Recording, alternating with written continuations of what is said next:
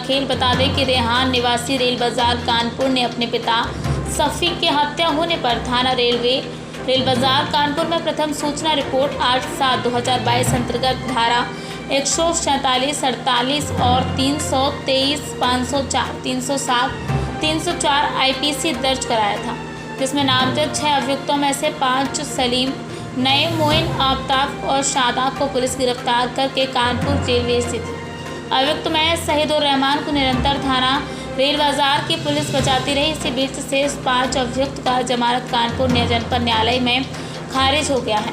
जब वादी के अधिवक्ता संजय कुमार सिंह एडवोकेट ने न्यायालय की पत्रावली का अवलोकन किया तो ज्ञात हुआ कि दिनांक 27/7/2022 को थाना रेल बाजार की पुलिस उपरोक्त मामले में मुख्य महानगर मजिस्ट्रेट कानपुर नगर में चार्जशीट दाखिल किया, जिसमें 6 अभियुक्तों के जरिए चालान दिखाए हुए हैं। न्यायालय CMN कानपुर नगर में दिनांक 8/8/2022 को ऑर्डर शीट में सभी 6 अभियुक्तों को जिला कारागार कानपुर नगर में निरुद्ध होना लिखवाया गया व अभियुक्त गणों का हस्ताक्षर ऑर्डर शीट पर बनवाया गया है। आश्चर्य की बात यह है कि जब अभियुक्त जिला कारागार कानपुर में कहीं गया भी नहीं तो उसे निरुद्ध होना पात्रावली पर कैसे अंकित हुआ, जबकि वह बाहर सदैव घूमता रहता है। वादी के अधिवक्ता संजय कुमार सिंह ने इस संबंध में CMM कानपुर न्यायालय में जिला कारागार कानपुर नगर में अभियुक्त शहीदुर रहमान के संबंध में निरुद्ध आख्या तलब किया है। संजय कुमार सिंह एडवोकेट कानपुर। सर, किस तरीके का मामला है जो आप बताना चाह रहे हैं, क्या है पूरा घटना? एक क्राइम संख्या 87/2022 अंतर्गत थाना रेल बाजार कानपुर में एक घटना घटी, जिसमें एक लड़की निशा तबस्सुम ने अपने ससुराली जन के खिलाफ कुछ अपनी एक प्रार्थना पत्र दिया था।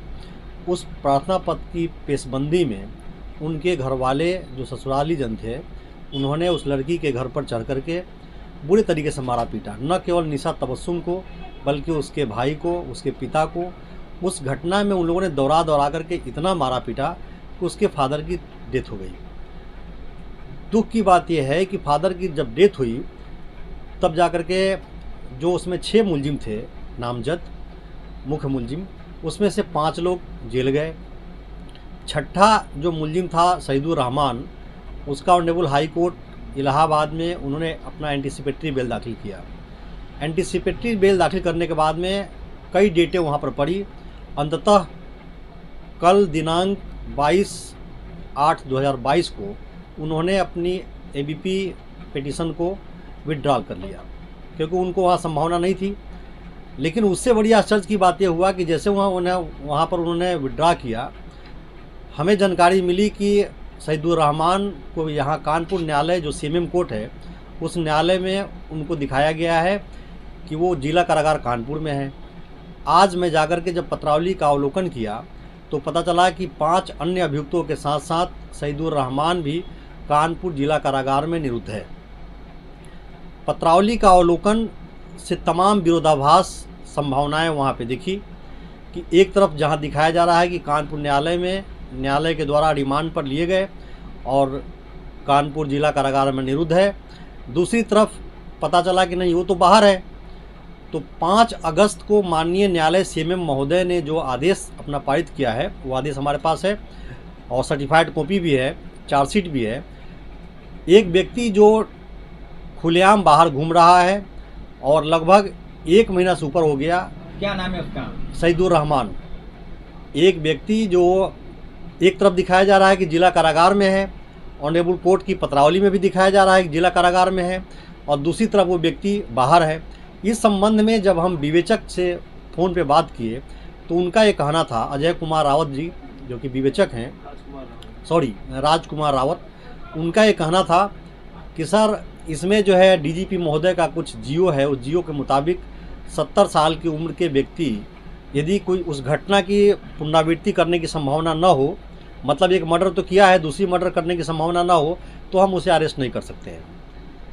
तो एक तरफ हाई कोर्ट में जहाँ पर गए वो एंटीसिपेटरी बेल के लिए, वहाँ नहीं मिली, लेकिन हाई कोर्ट से भी बड़ा हमारा विवेचक का बयान आया कि 70 साल की उम्र की व्यक्ति को हम छोड़ सकते हैं, और छोड़ सकते हैं, वो 70 साल का है नहीं, चार्जशीट में 67 साल है उसका। दूसरी तरफ आपने चार्जशीट में दिखा दिया कि हाँ जिला कारागार में निरुद्ध है। तो ये कंट्राडिक्शन ये समझ के बाहर है। हमने सारी पत्रावली की इसकी जो है केस डायरी की और चार्जशीट की और ऑर्डर शीट की हमने नकल लिया, सर्टिफाइड कॉपी वो आपके सामने है। को रख लीजिए। फिर अब आप क्या चाहते हैं, सरकार से क्या मांग करते हैं? यह एक अविश्वसनीय घटना है जो कभी ऐसा नहीं देखा गया है कि एक व्यक्ति जिसको जिला कारागार में निरुद्ध दिखाया जाए और वो व्यक्ति खुलेआम बाहर घूम रहा है। तो इसमें जो भी दोषी लोग होंगे उनके विरुद्ध सख्त कार्रवाई होनी चाहिए। आपके पास की सर्टिफाइड कॉपियाँ? जी हाँ, चार्जशीट की सर्टिफाइड कॉपी है और जो ऑनरेबल कोर्ट ने जो दिखाया है पत्रावली में अपना, वो भी हमारे पास उसकी सर्टिफाइड कॉपी है कि वो संज्ञान में लिया गया है और इस पत्रावली को कमिट भी कर दिया गया है सेशन ट्रायल के लिए। वहाँ पर भी इसको जो है भेज दिया गया है। इसकी अगली जो तारीख है वो 30 अगस्त है। तो ये विरोधाभास है, अविश्वसनीय है, अकल्पनीय है और देश के इतिहास में पहली ऐसी घटना है कि एक व्यक्ति जो बाहर है और उसको कानपुर जिला कारागार में निरुद्ध दिखाया गया है। आप कोर्ट से किस तरीके की इसमें कोर्ट से मांग करेंगे। कोर्ट ने भी तो गलती किया है कि एक व्यक्ति किसको आखिर देख करके सीन करके रिमांड पे लिया गया। ताजुब की बात तो ये है कि न्यायाधीश महोदय भी अब वो भी उनको भी जवाब देना होगा कि सईदुर रहमान की जगह कौन व्यक्ति खड़ा था, जो सीन किया गया, किसको सीन किया गया और किसको जेल भेजा गया। और जेल से भी हमने इसकी आख्या मांगा है।